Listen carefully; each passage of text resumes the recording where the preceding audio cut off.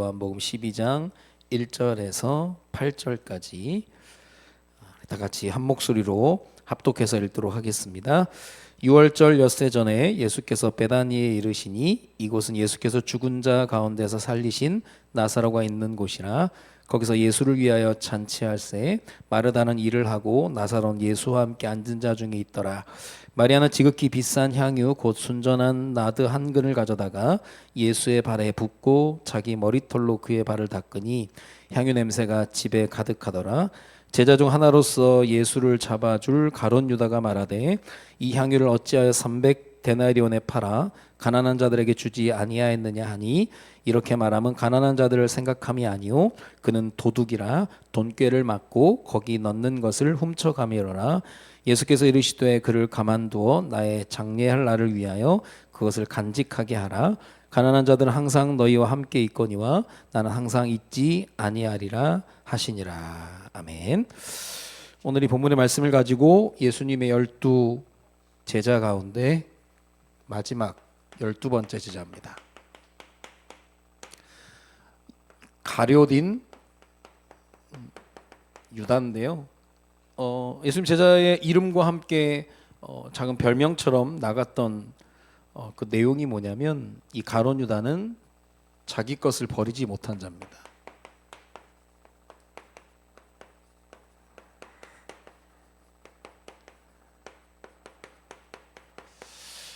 결국 우리가 하나님 이번 주에도 말씀 나눴던 것처럼 내가 하나님을 소유해버리면 내 마음대로 이제 하나님도 내 마음대로 하는 거거든요. 내가 하나님께 소속된 소유된 사람으로 살아가지 않으면 계속 부딪히는 겁니다.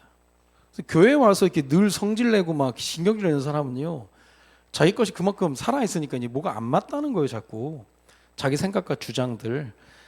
가룟 유다는 죽을 때까지 이 삶을 살다가 결국은 예수님을 은30에 팔고 자살로 끝나는, 다른 제자들은 예수님 만나서 변화되고 치유받고 사명 감당하다가 순교의 삶을 살았는가 하면 가룟 유다는 결국 자살로 생을 마무리하게 되는 안타까운 인생 가운데 하나인데요. 12제자를 우리가 다음 주에는 한 번 더 정리를 좀 해볼 생각인데요. 12제자들을 세운 걸 볼 때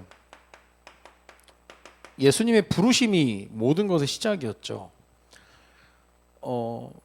만약에 지금 시대에 예수님이 오셔서 제자들을 선발한다면 사람들 시비 걸 거야. 인사청문회 하자고. 인사청문회 해서 이 사람 안 돼, 저 사람 안 돼, 뭐 과거 털고 막 신상 털고 뭐 여러 가지 하면서. 근데 그 당시 예수님의 부르심 가운데 많은 바리새인 사두개인들이 똑같은 생각을 했을 거예요. 그때 예수님의 자신감 어린 그런 성경에 나와 있지 않는 말인데, 제가 지난번에 얘기했던 것처럼 니들 나중에 두고 보면 알아. 내가 왜 얘네들을 세웠는지. 예수님의 그 믿음에 걸맞는 삶을 제자들이 살았거든요. 결국 복음 때문에 순교했던. 두고 보면 알아. 내가 왜 세리 마태를 부르고 또 어부들을 부르고 열심당원들을 불렀는지 두고 보면 안다는. 지금도 똑같거든요. 교회에서 하나님이 일꾼들을 세우시고 하나님 일을 진행해 나가실 때는 두고 보면 알게 된다는 거예요. 이와 같은 맥락으로 우리가 현장 나가기 전에 하나님께서 예수님을 통해서 주신 메시지나 여러 가지 많은 부분의 핵심이 뭐냐, 이 복음을 들고 가서 보면 알아. 그렇게 되는 거죠. 가서 보면 알아. 그래서 우리가 강단이라고 하는 그 정의를 그렇게 내리잖아요. 한 주간 성도들이 살아가기에 앞서서 일어나는 문제와 사건과 일에 대한 해답을 강단이라고 얘기한다. 앞서서 말씀을 주시는 거니까요. 그러니까 가서 보면 알아. 하나님께서 왜 이번 주 시작될 때 우리가 레위인입니다라는 또 메시지, 세절기를 지키라라는 메시지를 왜 주셨는지는 현장 가서 보면 안다라는 거예요.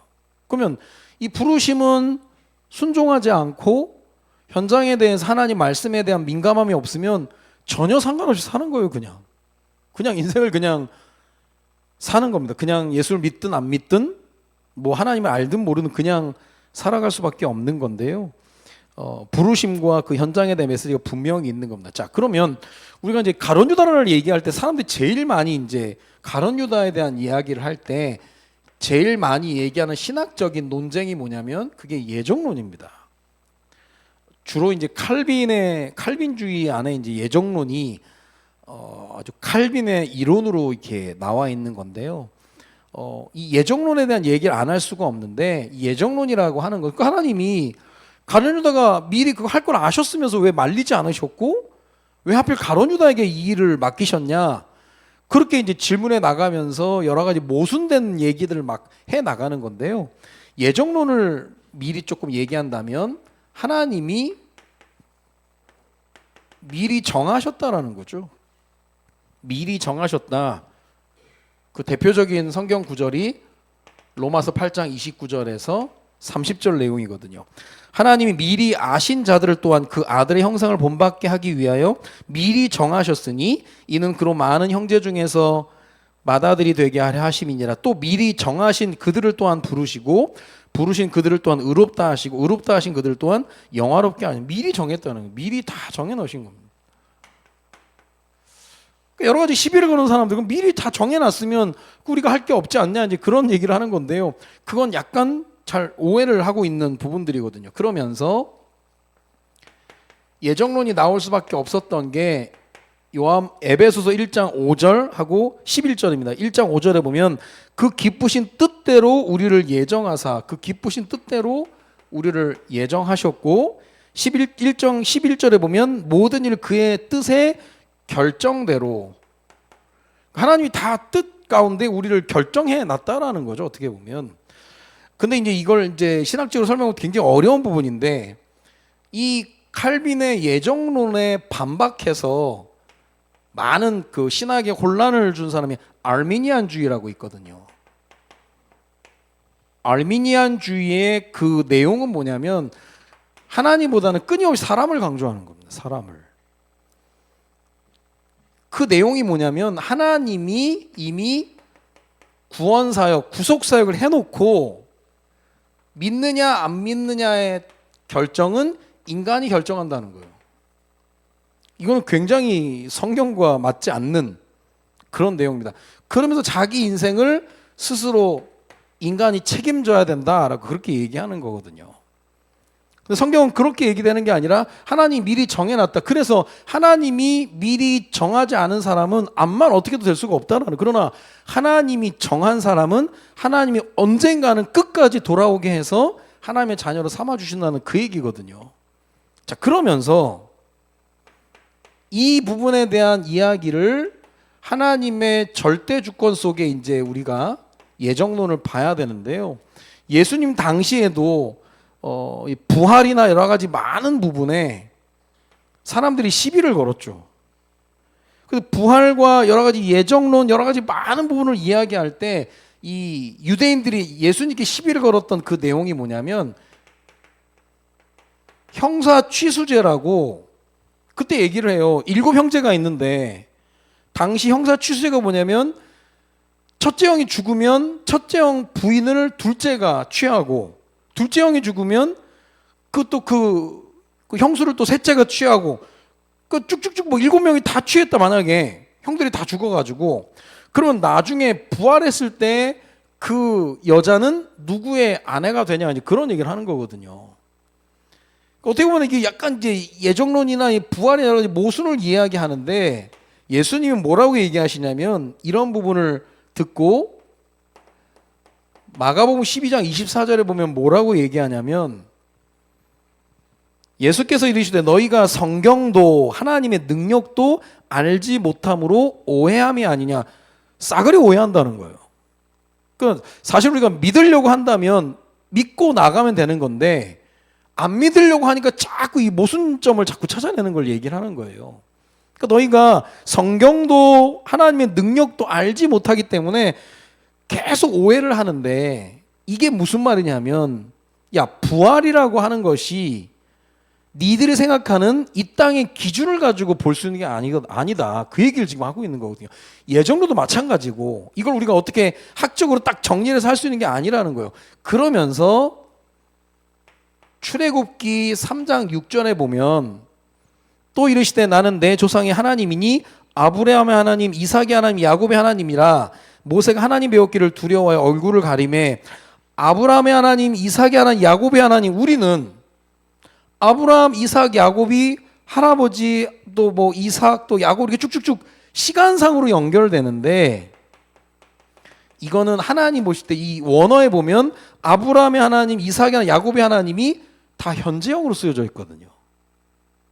이게 참 어려운 얘기인데, 시간상이 아니라 이거를 다 어떻게 쓰여져 있냐면 현재형으로 되어 있는 거예요. 그러니까 우리가 이제 서울에서 이제 부산까지 내려가는 도로를 타고 내려간다. 그럼 우리는 서울에서 지나서 뭐 천안제로 쭉쭉 내려가는데, 하나님이 보시는 시각은 인공위성 같은 드론으로 그냥 전체를 화면을 확 봐버리는 거예요. 하나님은 아브라함과 이삭과 야곱이 다 현재로 되는 거예요. 현재로. 이렇게 되다 보면 히브리서 3장 13절에 오직 오늘이라 일컫는 동안에 매일 피차 권면하여, 여기서 말하는 오늘이라고 하는 이 의미가 완전 달라지는 거죠.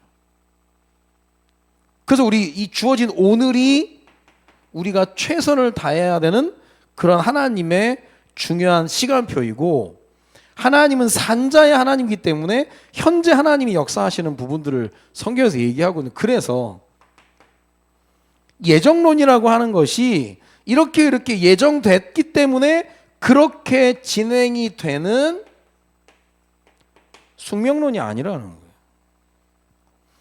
그러니까 지나고 와서 보니까 하나님이 이렇게 하신 이유가 있었구나라고 돌이켜보면서 하는 거지, 뭐 지금 내가 이 주먹을 친다 이게 예정돼 있었다니 그렇게 얘기할 정도의 인간의 얕은 지식으로 되는 게 아니라는 거죠. 그러면 이 얘기를 왜 지금 하냐면, 가룟 유다가 예수님을 팔 사람으로 이미 정해져 있었으니까 가룟 유다처럼 불쌍한 사람이 어디 있고, 가룟 유다가 열심당원 출신인데 얼마나 이 나라와 민족을 사랑했고 민족 해방을 위해서 예수님을 기다렸고 예수님과 동행하면서 얼마나 힘을 다했냐. 그럼 가룟 유다 불쌍하고, 또 가룟 유다가 있었기 때문에 예수님이 팔렸으니까 하나님의 뜻을 이룬 거 아니냐, 그렇게 얘기하는 건 철저하게 인간적인 생각이라는 거예요. 이 부활에 대한 생각이나 아브라함과 이삭과 야곱의 하나님을 시간상으로 보는 거나 그런 거랑 똑같다는 거예요.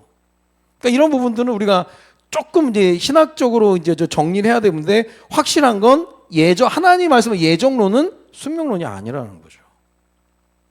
그 얘기를 하면서 지금 우리가 이제 가룟 유다에 대한 이야기를 해야 되는데요.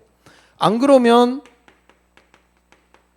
가룟 유다가 어떻게 보면 예수님의 말씀인데 가장 불쌍한 사람이라고 얘기하신 게 마가복음 14장 21절에 예수님이 직접 얘기하셨죠. 그 사람은 차라리 나지 아니하였더라면 자기에게 좋을 뻔하였느니라. 나지 않았으면 좋을 뻔했는데 태어나서 그런 일에 쓰임 받았구나. 우리가 결론적으로 볼 때는 그래 자살하고 막 그렇게 해서 참 불쌍한 인생인데, 오늘 쭉 말씀을 가룟 유다에 대해서 예수님과의 만남 속에 쭉 보면요, 어떻게 보면 하나님께서 이 가룟 유다에게 계속 기회를 주셨거든요. 자, 그러면 기회를 주셔서 가룟 유다가 회심을 해서 이 일을 안 했다면 그럼 하나님의 역사가 안 이루어지느냐? 아니죠. 그거는 하나님의 절대 주권 가운데 하나님이 모든 일을 진행하시고 그때는 어떻게 될지 모르는 거죠. 그러니까 그런 상상의 나라를 펼치고 하다 보면 결국 우리에게는 믿음이 생기는 게 아니라 불신앙이 생기는 거죠. 오해가 생기는 거고. 그러니까 아까 예수님이 지적한 것처럼 성경도 하나님의 능력도 안 믿는 거냐, 이제 그렇게 얘기하는 건데, 그러면 가룟 유다가 왜 예수님을 팔았냐? 뭐 성경에 대한 얘기를 해야 되겠죠. 예수님을 판 이유, 성경은 욕심, 탐욕이라고 얘기합니다. 탐하고 요구하는 여러 가지 많은 거를 얘기하는데요. 요한복음 12장 6절에 보면 그는 도둑이라, 오늘 본문에 나와 있잖아요. 그는 도둑이다. 도둑이고, 이미 요한복음 13장 2절에 보면 마귀가 벌써 시몬의 아들 가룟 유다의 마음에 예수를 팔 생각을 집어넣었다는, 이미 집어넣었다라는 거예요. 그러니까 여기서 우리가 조금 봐야 될 게, 예수님의 제자들이 공생의 기간 3년 동안 예수님하고 다니며 얼마나 많은 기적을 봤습니까? 기적과 기사, 죽은 자가 살아나고 앉은 맹이가 일어나고 눈먼 자가 눈을 뜨고 병든 자가 치유를 받고, 그 많은 기적을 봤는데도 가룟 유다는 여전히 마귀의 인도를 받고 있는 거예요. 어떻게 보면. 그러니까 생각에 예수 팔 생각을 집어넣고, 그리고 나서 13장 29절에도 보면 어떤 이들은 유다가 돈꾀를 맡았으므로, 근데 여기서 볼 때요, 돈꾀를 맡았다, 한마디로 예수님과 함께 다니는 그 제자들을 한 교회라고 친다면 재정부장인 거거든요. 그 예수님이 친구여라고 할 정도로 예수님은 가룟 유다를 끝까지 사랑하셨거든요. 그 돈꾀를 맡았다라고 하는 건 교회에서 재정을 아무나 맡는 게 아니잖아요. 신임을 얻었다는 거, 신임을 얻고 인정도 받았고, 그 여러 가지, 이제 저는 이제 자기 것을 버리지 못한 자 그렇게 얘기하는데, 어떤 뭐 여러 주석 때 보면은 기적을 봤음에도 불구하고 배신자의 길을 걸어간 가룟 유다, 기적들을 많이 봤을 거 아니에요. 그 예수님의 기적과 기사를 많이 본 것과 상관없이 이게 너무 컸던 거예요. 욕심, 탐욕. 이거는 우리가 꼭 생각해 봐야 될 그런 내용들입니다. 누가복음 22장 4절에도 보면, 이미 이에 유다가 대제사장들과 성전 경비대장들에게 가서 예수를 넘겨줄 방도를 의논함에, 의논했다라고 하는 것은 계획범죄거든요. 그냥 사고를 치고 범죄를 저질렀다, 충동적으로 했다, 계획적으로 했다, 굉장한 차이 납니다. 이 가룟 유다는 이미 생각 가운데 예수 팔 생각이 들어가고 의논까지 했다니까요. 철저하게 준비한 거예요. 철저하게 준비했다는 거예요. 그래서 여기서 우리가 이제 가룟 유다가 예수님을 팔 원인이 탐욕이다라고 할 때, 탐욕, 욕심이라고 하는 것을 우리가 뭐라고 정의해 놓을 수 있느냐? 사단의 역사가 가장 왕성한 옥토가 어디냐? 그게 탐욕이에요. 여러분, 이게 아무것도 아닌 것 같죠? 야고보서는 욕심이 잉태한 즉 죄를 낳고 죄가 장성해서 사망에 간다고 그랬거든요. 너무 욕심 많이 부리는 건 그걸 과욕이라고 하는 거예요. 과욕. 안 좋습니다, 별로. 적당히. 또 하나님이 주시는 은혜. 그러니까 욕심이 많으면 만족이 없어요. 만족이 없으면요, 기쁨이 없다니까. 그냥 어느 정도 그냥 내가 할 수 있는 만큼 하면 되는데, 그냥 늘 부족한 거, 늘 욕심이 넘치면 만족함이 없어요. 그게 뭐냐? 사단의 역사의 옥토가 탐욕. 결국 예수님의 제자라고 하는 자가 은 30에, 그것도 은 30은요, 많은 사람들이 붕괴하는 게, 야, 은 30밖에 안 받는 예수님을, 노예 한 사람 값이거든요. 팔 거면 뭐 어마어마 금화를 받든지, 은 30에 팔았다, 이건 비참한 거거든요, 사실. 거기에 너 팔아, 그냥 껌값을 넘긴 거거든요. 말도 안 되는 그걸 한 겁니다. 근데 그 밑바탕에 있는 그게 뭐냐면, 유다 다데오나 또 시몬을 볼 때 열심당이에요. 열심당. 열심당은 철저하게 주님과 동행하는 게 아닙니다. 절대 동행 안 합니다. 동행 안 하면 어떻게 하느냐? 주님을 그냥 이용해 먹는 거예요. 사람들이 자칫 잘못하다 복음을 이용하고 교회를 이용하고 그런 경우 되게 많거든요. 그러니까 지금 우리가 열심당이라고 하는 그 당시에 한 종파, 그렇게 얘기하면 그냥 그들 얘기예요. 그러나 지금도 똑같다니까요. 예수님과 동행 안 하고 그냥 이용해 먹는 거예요, 그냥. 그게 가룟 유다의 삶을 그대로 사는 거와 똑같은 거거든요. 그러면서 열심당이라고 하는 게 자기 생각을 가지고 있는데 이거에 대한 변함이 없는 거예요. 여전히 그냥 거기를 기준으로 딱 붙잡고 그냥 살아갔던 사람이 가룟 유다라는 겁니다. 그러면서 제일 중요하게 봐야 될 게 뭐냐면 가룟 유다는 회개하지 않았습니다. 아까 우리가 예수 앞에 나오면 모든 죄 사하고라고 하는 찬양은 예수님 앞에 나오면 되거든요, 사실. 가룟 유다라도.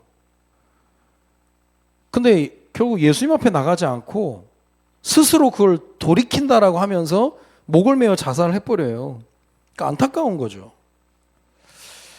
성경에 보면 예수님께서 세 차례 가룟 유다에게 경고합니다. 세족식 할 때도 가룟 유다의 발도 닦아주시면서 베드로가 질문을 했죠. 예수님이 저는 닦을 수 없습니다 그랬더니 아니다 닦아야 된다라고 얘기하면서 예수께서 대답하시되 이미 목욕한 자는 발밖에 씻을 필요가 없느니라 온몸이 깨끗하니라 그러나 너희가 깨끗하나 다는 아니다라고 얘기할 때 가룟 유다가 들었을 거 아니에요. 그럼 뭔가 인생을 생각해 봐야 되거든요. 이게 사실 가룟 유다를 살리고자 하는 예수의 메시지거든요, 사실. 다는 아니다. 그럼 뭐 많은 생각을 해야 되는데 이 경고를 무시해 버리는 거예요. 또 하나의 경고가 뭐냐면 마태복음 26장, 22장, 25절에 보면 여기는 완전히 그냥 대놓고 예수님이 얘기하셨어요. 나와 함께 그릇에 손을 넣는 그가 나를 팔리라. 그렇게 얘기하면서 그 사람은 나지 않았으면 좋겠다 얘기하면서 예수를 파는 유다가 또 예수님께 물어봐요. 랍비여 나는 아니지요. 대답하시되 네가 말하였도다. 아니 그냥 대놓고 얘기했다니까요. 그러면 그래서 우리가 여기서 우리가 요즘 적용한다고 하면 하나님이 우리가 어떤 일을 진행하고 막 할 때 분명히 말씀하시거든요. 안 들으려고 하니까 경고하신다니까요. 그러면 안 된다. 인도 받아라. 그렇게 얘기하시면서 요한복음 14장 26절에 보면 예수께서 대답하시되 내가 떡 한 조각을 적셔다 주는 자가 그니라 하시고 곧 한 조각을 적셔서 가룟 시몬의 아들 유다에게 주시니 대놓고 하셨다니까요. 이게 여러 사람들이 왜 예수님이 안 말렸냐 그랬는데 아니요 예수님 충분히 말씀하셨다니까요. 가룟 유다 그러면 안 된다. 그렇게 하면 안 된다. 근데 이 경고를 다 무시하고 결국 요한복음 13장 30절에 보니까 유다가 그 조각을 받고 곧 나가니 밤이로라. 성경에서 말하는 밤은 이 어두움과 함께 또 하나의 의미가 뭡니까? 분별력 상실거든요. 잠언 4장 19절에 보면 악인의 길은 어둠 같아서 그가 걸려 넘어져도 그것이 무엇인지 깨닫지 못하느니라. 어둠이요, 그냥 어둠길. 그러니까 누가 봐도 야 저게 되겠나라고 하는데 사람들 거기 걸려 넘어지는 거예요. 걸려 넘어졌는데 뭐에 걸려 넘어진지도 모르는 거예요, 사람들이. 그게 영적으로 무지하면요 그렇게 되는 거예요. 그래서 여러분 사기당하고 막 그러는 건 어떻게 보면 영적으로 이게 분별이 잘 안 될 수 있는 거거든요. 뭐 사람이 약하니까 이제 그럴 수 있는 건데.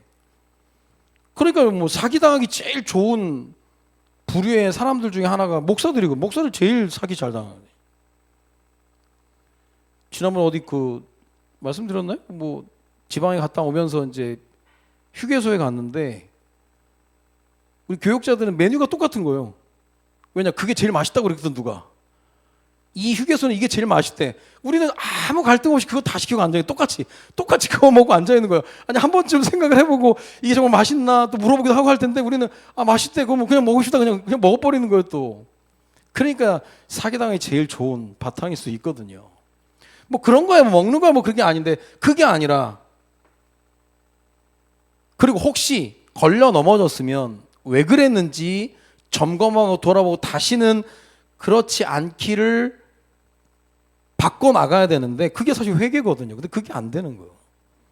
그러니까 가룟 유다가 지금 자기의 이 탐욕 때문에 여기까지 왔구나라는 생각을 지금 못하고 있는 겁니다. 그러니까 결국 참 안타까운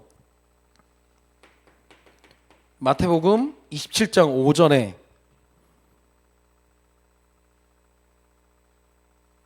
유다가 은을 성소에 던져놓고 물러가서 스스로 목매어 죽은지라. 어떻게 보면 자살한 거예요. 그 예수님을 따라다니면서 많은 기적을 봤음에도 이 욕심이라고 하는 게 사람을 이렇게 무너뜨리는 거거든요. 그러니까 우리가 가진 욕심 가지고 예수님 팔 정도다만 그렇게 우리가 확대 해석하는 게 아니라 이 욕심이라는 게 얼마나 무섭냐. 3년 동안을 내가 스승으로 섬겼던 그 예수님, 하나님이신 예수님을 팔 정도로 눈에 멀어버린 거예요. 그러니까 사단이 이걸 너무 잘 아는 거예요. 그래서 우리가 어떤 영화에도 보면 저 사람이 무엇을 원하는지 알면 저 사람이 인생을 송두리째 취할 수 있다 그러잖아요. 욕심 원하는 거 알면 그 사단이 얼마나 알겠어요, 이거를. 그 욕심이라는 게 주로 이제 그 옛날에 상처나 아픔이나 여러 가지 많아서 보거든요. 이 탐욕, 그 자살하게. 그럼 결국 끊임없이 하나님이 예수님을 통해서 버려라, 죽어라만 얘기했는데 그게 안 되어진 거예요. 자기 거 못 버렸다니까요. 그러고 인생 그냥 마무리가 되는 그런 삶을 살게 된 겁니다. 그래서 가룟 유다를 자기 것을 버리지 못한 자, 버렸다면 인생이 그냥 새로운 인생이 시작될 텐데 안 되는 거예요. 그래서 우리가 가룟 유다를 통해서 받아야 될 메시지가 있다면 가룟 유다는 은을 성소에 집어 던져버리고 후회를 했죠. 후회를 하는 게 아니거든요. 물론 후회도 하는 건데 마태복음 21장 3절에 보면 그때 예수를 판 유다가 그의 정죄됨을 보고 스스로 뉘우쳐 그 은 30을 대제사장들과 장로들에게 도로 갖다 주는데 그 사람들도 안 받거든요. 또 그러니까 그냥 이것도 회개도요, 스스로 그냥 뉘우치는 거, 스스로 그냥 끝까지 자기 거야. 끝까지 자기. 내가 회개한다. 예수님은 팔 정도는 아니었지만 예수님을 3번이나 배신한 베드로는 어떻게 보면 회개를 한 겁니다. 회개를. 그게 마태복음 26장 75절에 보니까 여기서 차이가 나는 거예요. 유다하고 베드로. 그래서 우리가 구원을 받는다, 죄를 많이 짓고 적게 졌고 그게 아니라 죄 문제를 해결 받았냐 못 받았냐 그거거든요. 유다는 스스로 뉘우친다고 되는 게 아니라 베드로는, 이에 베드로가 예수의 말씀에 닭 울기 전에 내가 3번 나를 부인하리라 하심이 생각나서 밖에 나가서 심히 통곡하니라. 울면서 하나님께 온 거예요. 어떻게 보면 그게 진짜거든요, 사실. 그래서 우리가 주로 이제 회개의 비밀을 아는 자 모르는 자, 유다하고 베드로를 비교할 때 이렇게 가는 겁니다. 베드로는 예수 앞에 나오면 모든 죄 사하고 그거 예수님께 가는 거거든요, 사실. 우리 아이들이 뭘 잘못했을 때 물론 부모님이 혼날 수도 있지만 결국 부모님 앞에 가야 부모님이 그거에 대한 그 방패가 돼줄 수 있는 거거든요. 근데 그게 안 되면 이제 대책이 없는 거죠. 일을 더 크게 만들어 버리게 되는 경우가 있다는 겁니다. 그래서 예수님의 제자들처럼 우리가 하나님의 도구의 인생을 살려고 한다면 진짜입니다. 내 생각대로 되는 게 아니라 하나님의 인도를 받아야 되는 거예요. 내 생각대로 되는 게 아니고, 그리고 내 주장대로 되는 게 아니라 유연해져야 되는 겁니다. 나이 들어가면서 점점 유연해져야 되지, 우리가 나이를 들어가면 점점 고집스러워지면 어디든 인정 못 받는 겁니다. 그러면서 하나님의 도구가 되려고 하면 내 열심이 아니죠. 하나님이 주시는 은혜만큼, 그리고 하나님이 나를 더 사용하시려고 한다면 더 큰 은혜를 부어주시면 되는 거니까 그렇게 가는 거지. 너무 우리가 당장 내일 예수님 오실 것처럼 생각하고 오늘 너무 진을 빼버리면 그 다음에 안 된다니까요. 그 다음에 안 되는 겁니다. 그렇게 예수님께 인정을 받고 돈꾀를 맡을 정도로 친구여라고 칭함을 얻을 만큼 인정을 받고 하셨는데, 저는 예수님이 차별했다고 생각 안 하거든요. 세족식 할 때도 똑같이 사랑했고 하셨고, 근데 결국은 유다의 상태였습니다. 여기에. 그리고 똑같이 은혜가 임해도 내 상태에 따라서 모든 게 달라지는 거거든요. 그런 얘기 하잖아요. 똑같이 물을 먹고 비를 맞아도 젖소는 우유를 만들고 독사는 독을 만들어낸다니까요. 그 상황에 따라서. 그러고 보면 우리가 뭐 다른 여러 가지 뭐 얘기할 것도 없는 거예요, 사실. 그 나는 가룟 유다의 모습을 보면서 나도 얼마든지 가룟 유다 될 수 있다라는 거예요. 예수님 이용해 먹고 예수님 부인하고 뭐 욕심에 막 잡혀가지고, 그래서 한마디로 3년 동안 예수님을 따라다녔고 기적을 봤던 배신자 가룟 유다가 하루아침에 그렇게 된 게 아니라는 거죠. 꾸준히 그렇게 살았다는 거예요. 그렇게 삶을 살았다는 거예요. 안타까운 거죠, 어떻게 보면. 자, 기도 제목입니다. 응답의 스케줄입니다. 우리 기계실, 교육과 전도와 치유. 그래서 우리 다육, 다육은 이번 달에는 5월 15일 날 진행이 되고요. 2열 테라피는 5월 24일 날 우리 교수님과 팀들이 와서 진행을 하시는 겁니다. 이거는 뭐 만약 외부에서 이런 분들이 만약에 진행을 한다면 이건 다 공짜로 할 수가 없죠. 이거는 이 전문성들이기 때문에 교회를 통해서 하는 거기 때문에 우리가 이제 지역에 선한 영향력을 주기 위해서 또 무료로 이렇게 하게 되는 건데요. 아마 중요한 그런 계기가 될 겁니다. 그렇게 보셔야 되겠고요. 기도하셔야 되겠고, 그리고 내일 5월 1일 근로자의 날 우리 전교인 봄 소풍이 진행이 됩니다. 내일 또 뭐 이번 주 계속 날씨가 좋더니 또 내일 또 비가 온다는데, 봄 생각하니까 사람들이 봄나물 뭐 그다음 봄 소풍, 그 봄비도 있더라고. 하나님이 창조 질서 가운데 봄비도 있어요. 봄비도. 그래서 비가 오면 또 오는 대로 또 하고, 또 전사님이 비가 안 오면 안 오는 대로, 오면 또 오는 대로 일정을 다 이렇게 준비해 주셨는데, 그러니까 이게 유연해지는 겁니다. 뭐 우리가 뭐 태풍이 뭐 허리케인이 온다 그러면 우리가 좀 생각을 해봐야 되겠지만, 봄비가 온다라고 하면 그것도 하나님이 우리 소풍 가는 거 아실 거 아니에요. 아시는데 우리 뭐 메롱 뭐 놀려준다고 하고 지금 비 주는 게 아니거든요. 근데 이게 유연하게, 비가 오면 또 비가 오는 대로 또, 저도 봄비라고 하는 게 또 어떻게 보면 굉장히 운치 있는 거일 수 있는 거거든요. 그래서 여러분들이 좀 아시면서 이게 하나님께 예의를 지키는 시간이다. 그래서 우리 전교인이 하나님이 창조하신 자연 만물 속에서 또 깊은 누림이 있는 시간 될 수 있도록 우리가 기도해야 되겠고요. 제일 중요한 건 또 안전하게 또 다녀올 수 있도록 우리가 기도하면서 인도 받으면 좋을 것 같습니다. 자, 그리고 5월 4일은 어린이 어버이 주일로 같이 지내고요. 10일은 교사주일, 또 18일은 전도 집회, 중요한 스케줄들이 있습니다. 이걸 아시고 주보에 다 나와 있으니까요. 스케줄도 아시고 좀 기도하시면서 인도 받으시면 좋을 것 같습니다. 12제자 가운데 어떻게 보면 제일 또 마음이 아프고 또 무거운 주제일 수 있거든요. 근데 어떻게 보면 제일 중요한 메시지일 수 있습니다. 3년간 그렇게 주님을 따라다니면서 이거 하나 못 버린 거예요. 어떻게 보면 그럴 수 있거든요. 죽을 때까지 하는데요, 죽을 때까지 자기 이거 못 버립니다. 우리가 대표적으로 사울도 그랬잖아요. 죽을 때까지 내가 이방인에게 죽는 건 내 명예에 금이 간다. 그리고 그렇게 하는 거 보면 야, 진짜 사람이 진짜 잘 안 변하는구나. 안 되는 거예요. 하나님의 은혜가 임해야만 변화되어지게 되는데, 이 가룟 유다의 모습이 나의 모습일 수 있다는 거예요. 사실 우리가 매주마다 하나씩 내 것을 버리면 1년에 50이기는 버릴 텐데, 내가 몇십 년을 믿으면서 아직도 내 것을 버리지 못해서 내가 하나님께서 주시는 온전한 축복을 받지 못한다는 거, 그것만큼 억울한 게 없는 거거든요.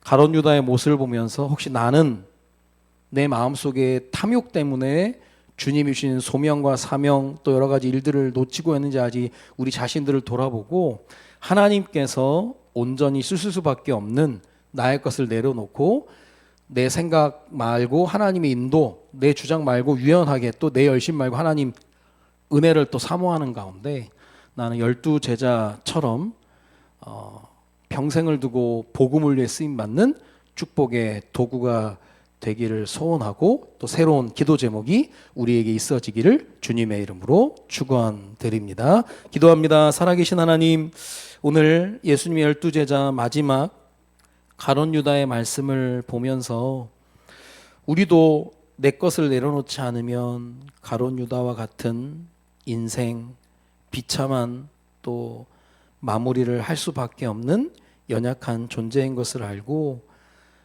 매번 하나님 말씀을 들을 때마다 내 것을 내려놓고 하나님 말씀을 통해서 내 삶을 점검하고 내 주장이 아닌 하나님의 말씀에 따라 인도받는 그러한 삶을 살아가기를 결단하는 우리 모두가 될 수 있도록 주님이 인도하여 주옵소서. 내일 전교인 봄소풍이 진행되어집니다. 모든 일정, 모든 일기까지도 주님이 주관하시고 주님이 인도하여 주시고 주님과 동행하는 가운데 전교인이 창조주 하나님을 깊이 만나고 누리는 축복의 시간 될 수 있도록 주님이 인도하여 주옵소서. 5월 가정의 달을 맞이해서 또 여러 일정들이 있는데 그 일정들을 통해서 주님이 영광 받으시고 5월 가정의 달 우리 송도 316교회 모든 가정들이 온전한 회복이 있어지는 축복의 달이 될 수 있도록 주님이 인도하여 주옵소서. 이제는 우리 인생의 모든 문제 해결자 되시는 주 예수 그리스도의 은혜와 아버지 하나님의 이처럼 사랑하심과 성령님의 내주 인도 역사 충만 교통하심이 오늘 말씀을 통해서 가룟 유다를 통해 나 자신을 돌아보며 한번 사는 인생 하나님이 쓰시기에 편안한 도구의 삶을 살기를 소망하는 사랑하는 모든 주의 백성들 머리머리 위에 이제로부터 영원토록 항상 함께 계실지어다. 아멘.